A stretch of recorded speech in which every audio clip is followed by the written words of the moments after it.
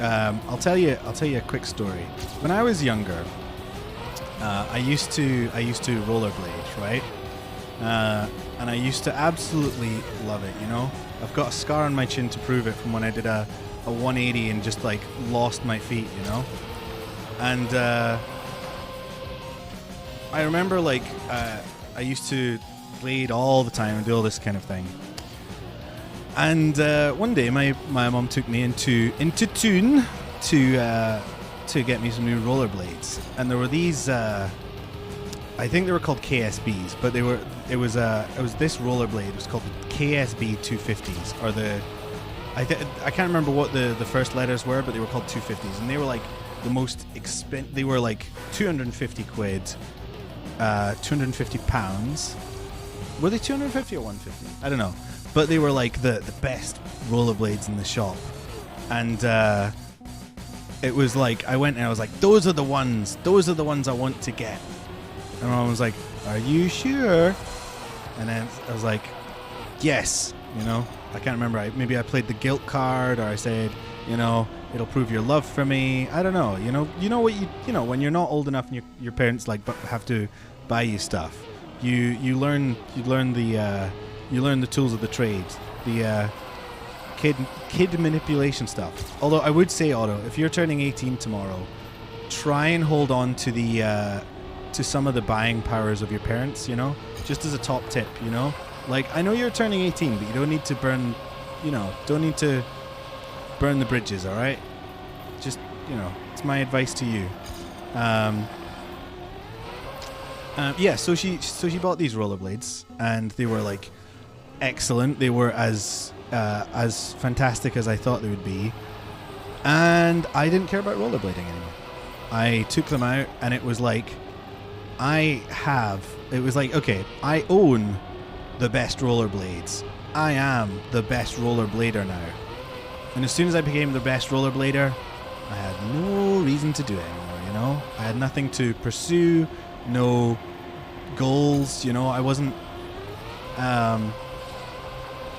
in it for the rollerblading. I was in it so I could have rollerblades. And I went out with them and I did some rollerblading, but I just didn't feel like it was as fun anymore.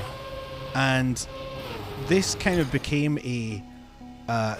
became a sort of habit of mine of if I sort of get something and I get like to a point where I think I've just like succeeded at it, I lose all interest in it, And that the thing is, like, I wasn't like an especially good rollerblader person. I could jump a few 5 sets and a few like places around my hometown, but like there was like I had an entire life's worth of stuff I could do with it,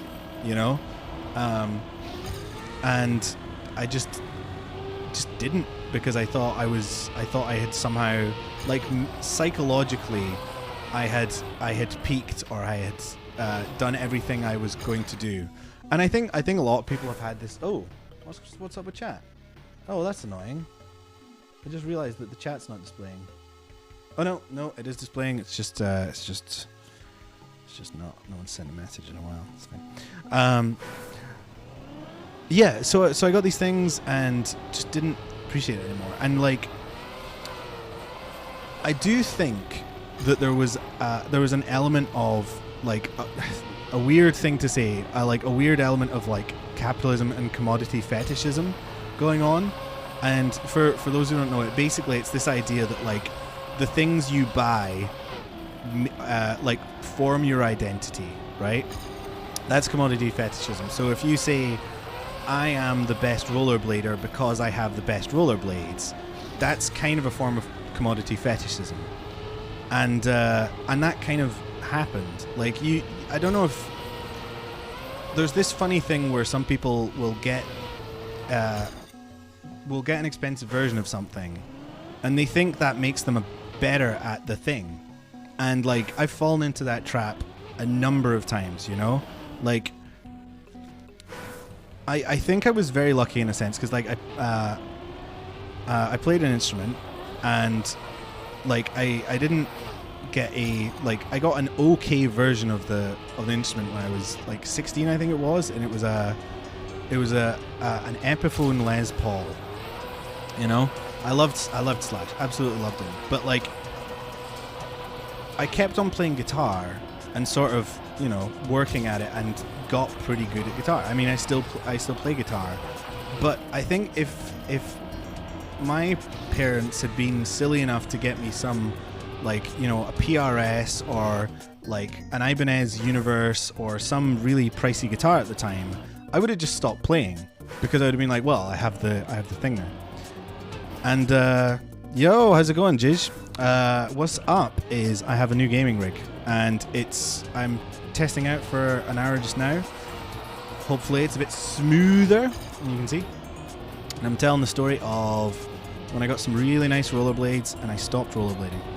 So yeah, basically I used to rollerblade, do all that stuff, and then I bought an expensive pair, or my parents bought me an expensive pair because I was too young to have my own purchasing power. And as soon as I got them, I felt like I was the best rollerblader because I had the best rollerblades.